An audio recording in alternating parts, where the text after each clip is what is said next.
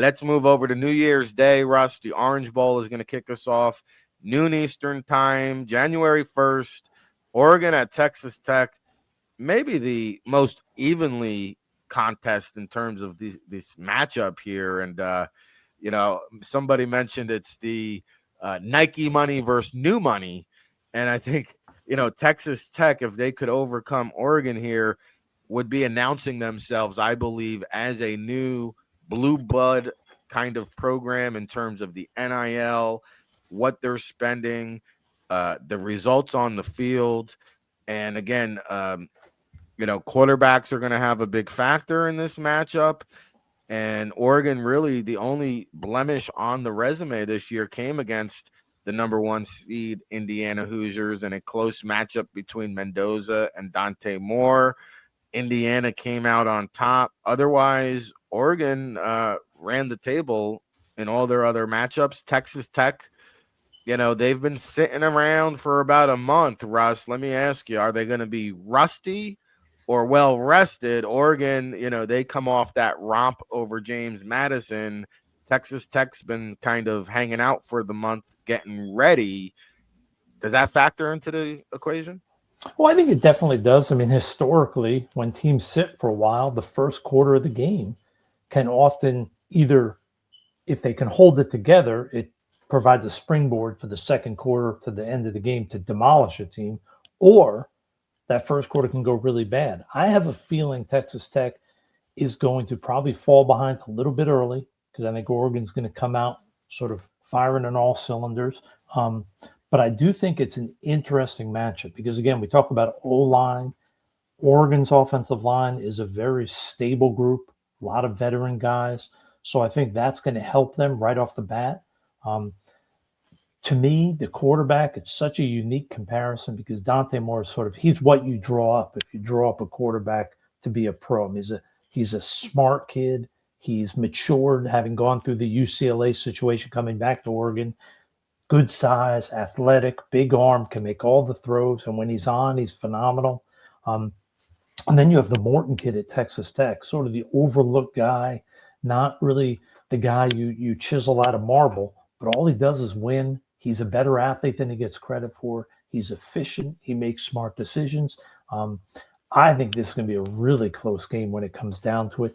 I just think the key is going to be for Oregon, don't let that first quarter go to waste. They have to take advantage of the fact that Texas Tech has not played in a while. The first 2 or 3 series, Texas Tech is going to be feeling their way getting back out on the field because we both have been doing this a long time. And I don't care how hard you practice your guys, how hard you work them. Practice never is the same as in-game. Those first 2 series, the speed of Oregon, that big offensive line, how is Texas Tech going to handle it? That, to me, is the big challenge because I think once you get beyond that, if Oregon doesn't get ahead, I think Texas Tech will win this game, and I don't think it'll be close. I really think they are more talented overall, especially defensively. They have a lot of guys that can get after the ball. I think it's going to be a really good game.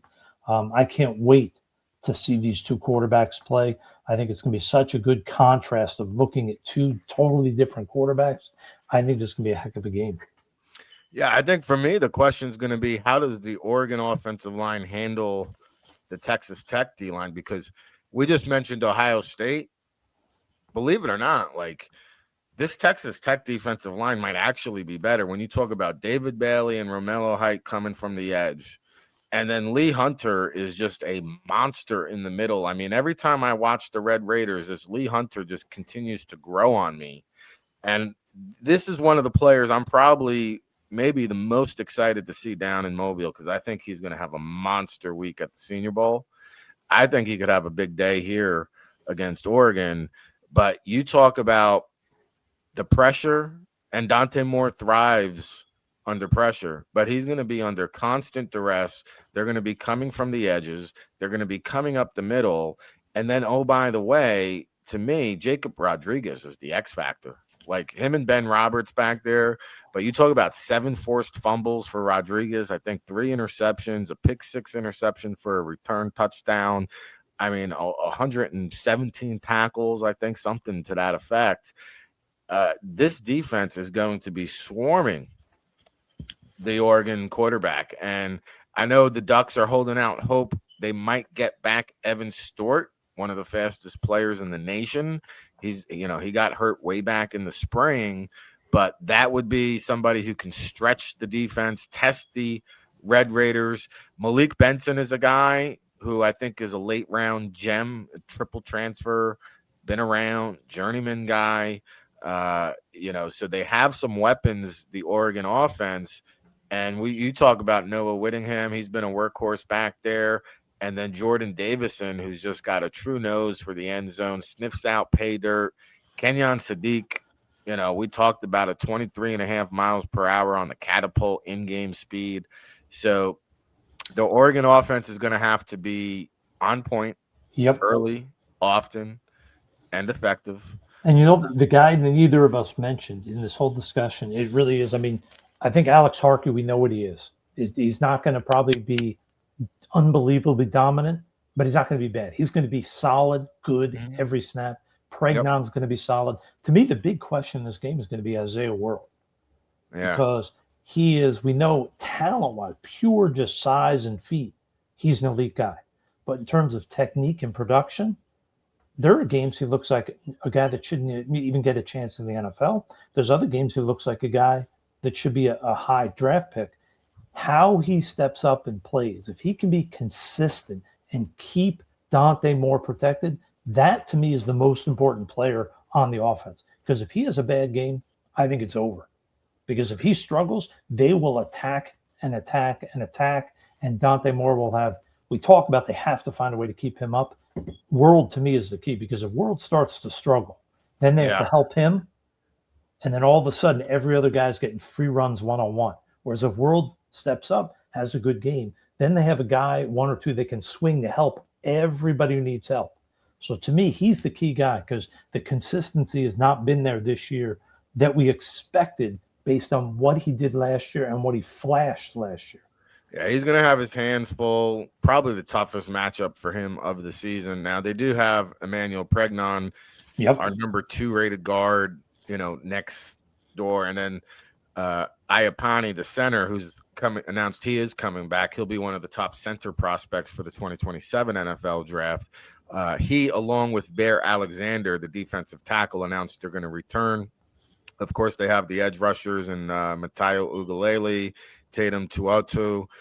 You mentioned Bryce Bochter, I think, is going to be a special teams ace at the next level. Dylan Thieneman on the back end. I think he lacks a little bit of strength for me. I question whether he can be an in-the-box safety type at the next level. I think he's going to be more of a roaming center fielder type, but he does make some tackles. However, I have seen him get bullied a little bit there when coming up to make a play. Texas Tech, they've got some weapons too between Reggie Virgil, Caleb Douglas, Coy Eakin. Like, Morton's going to spread the ball around, and that Dickey, he's been a kind of revelation in the backfield, the sophomore running back for Texas Tech. But again, I think it all points towards the Texas Tech defense. The Red Raiders are going to swarm.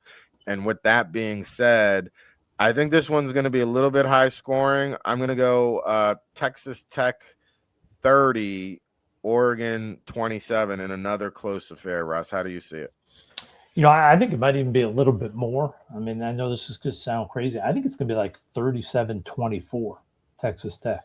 And it's funny because we talk about Oregon's offensive line needing to step up. When you look at Texas Tech, they have their offensive line, they have a good, solid O-line. None of these guys are really people thinking elite prospects for the next level. But what they are is they're a little bit like Harkey, maybe not as good as Harkey, but a little bit in that they're consistent. And and you and I know we've been doing that. I always say this like 20 times per show. We've been doing this forever, as our gray hair shows. Yeah. But when you talk to coaches at the NFL level, especially O-line, but really any coach, they will almost always trade talent for consistency. And when you look at Texas Tech's O-line, they may not have the most talented guys, but pretty much every snap you get the same exact thing from their offensive line. They don't make blatant mistakes. They stay over their feet. They do their jobs. They're in the right position. And I think that's going to bode well for them against Oregon. So I think Texas Tech's going to score. I think Morton's going to have a better game than people expect. There's something about that kid. He's got a knack. I think I mentioned that last week. There's a little Taylor Heineke in this kid. I Yeah. think he's going to have a very good game. And I think this will be a game where Dante Moore makes some plays that say, I can be a top of the draft guy. And he's also going to have some where you go, whew, he needs more time in school. And I think Moore will be beneficial to stay one more year in college. And he will next year challenge to be a top guy, if not the top guy in the draft. Yeah, I'm starting to think that Dante Moore is going to declare now. I think in recent weeks, the rumblings or the writing has kind of been on the wall. If you just kind of read the tea leaves, like I saw now, he's doing his first charity event. He's got a foundation, and usually you're That's an trying to do indicator. those Yeah. things, to kind of show your image as you transition to the next level, getting into the community and doing stuff off the field. I mean, you're in the middle of the college football playoff. If you weren't turning pro, why would you be going through all these motions and process? But he is Russ Lande. I am Rick Serritella. We appreciate all the love and support.